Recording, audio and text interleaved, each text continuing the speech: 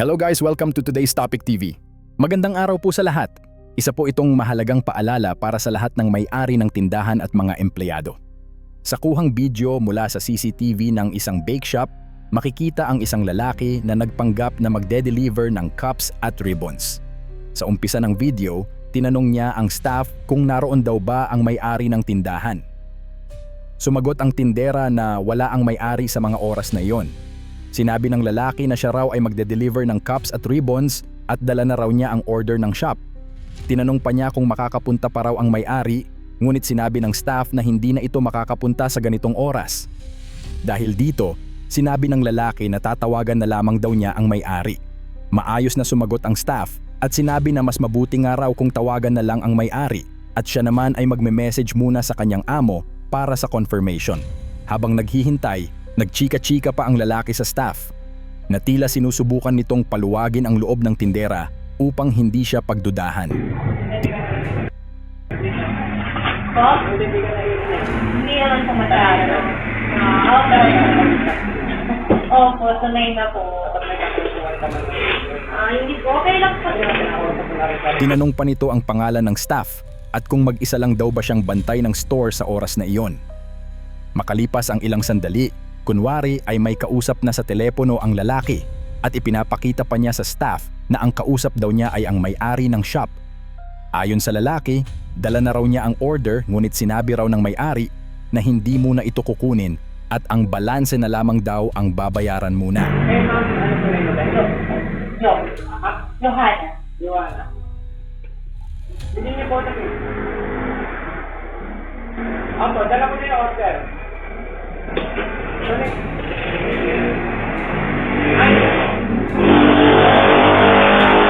Okay po. Hindi mo na yung order, yung balance na lang. Humingi ng calculator ang lalaki at ipinalista ang mga halaga, 4,460 at 3,150, na ayon sa kanya ay may kabuuang 7,610. Maya-maya ay binago pa niya ito at sinabing 7,600 na lang daw. Mas lalong naging kahina-hinala ang sitwasyon nang ipinarinig pa ng lalaki sa tindera na kung magkano na lang daw ang hawak na pera ng staff ay iyon na lang daw ang ibayad at kukunin na lamang daw niya. May calculator pa?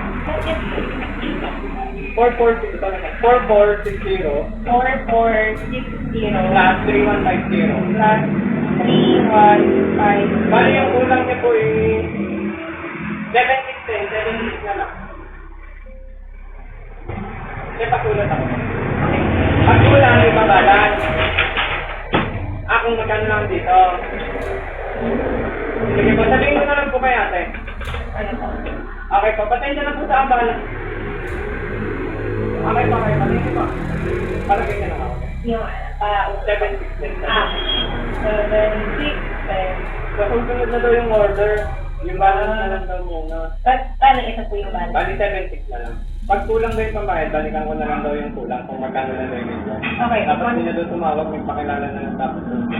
20 pala, 20 Dito na nakaramdam ng kutob ang tindera. Kalmado niyang sinabi na sandali lang muna dahil hindi siya sigurado at ime-message muna niya ang may-ari para sa malinaw na confirmation. Hindi ko po kasi din po alam. Ay, sorry po. 76 na lang. Wait lang po, confirm pa lang po.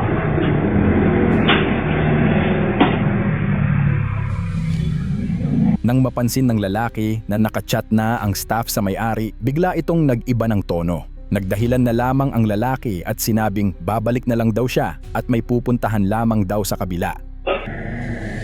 Wait mo muna na punta ako lang sa kabila.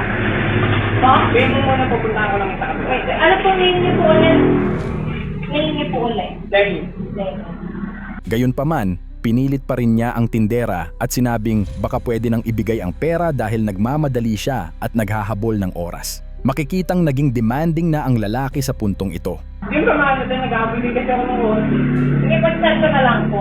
Salamat po. Sige po. Nanindigan ang staff at sinabi na kakausapin at i-chat muna talaga ang may-ari bago maglabas ng pera. Dahil dito, tuluyang nabigo ang modus ng lalaki at umalis siyang walang nakuha. Isa itong malinaw na paalala sa lahat ng tindahan at negosyo. Huwag maglalabas ng pera nang walang direktang confirmation mula sa may-ari. Huwag magpapadala sa pagmamadali at pressure dahil kadalasan ay ginagamit ito ng mga scammer para makapanloko.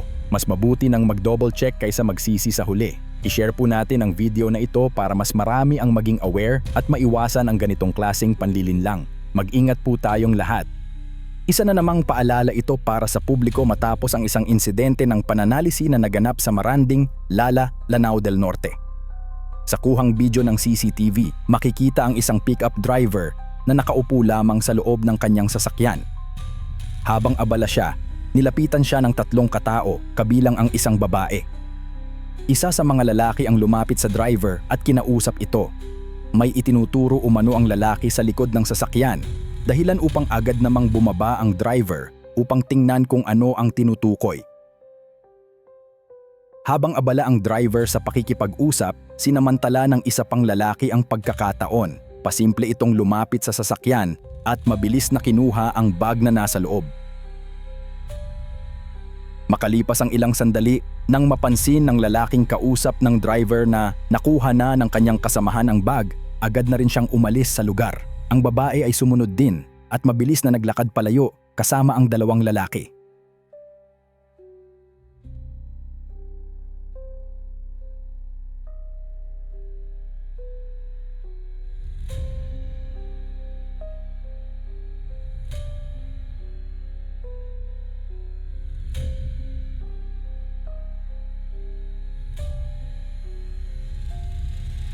Sa video, makikitang ang driver ay nakangiti pa at tila nagtataka kung ano nga ba ang ipinapaliwanag ng lalaking kumausap sa kanya. Wala siyang kaalam-alam na sa mga sandaling iyon ay tinangay na pala ang kanyang bag mula sa loob ng kanyang sasakyan. Isa itong malinaw na halimbawa ng modus na gumagamit ng panlilinlang at distraction upang makapagnakaw. Paalala po sa lahat ng motorista at sa publiko, huwag basta-basta bumaba ng sasakyan kapag may estrangherong lumalapit.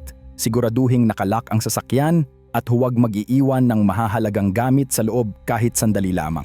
Ang pagiging alerto at maingat ay makatutulong upang maiwasan ang ganitong uri ng krimen. I-share po natin ang impormasyong ito upang mas marami ang maging aware at makaiwas sa ganitong modus. Mag-ingat po tayong lahat. Samantala, isang kainan naman sa Tondo, Maynila ang nasalisihan ng isang rider na nagpanggap na customer.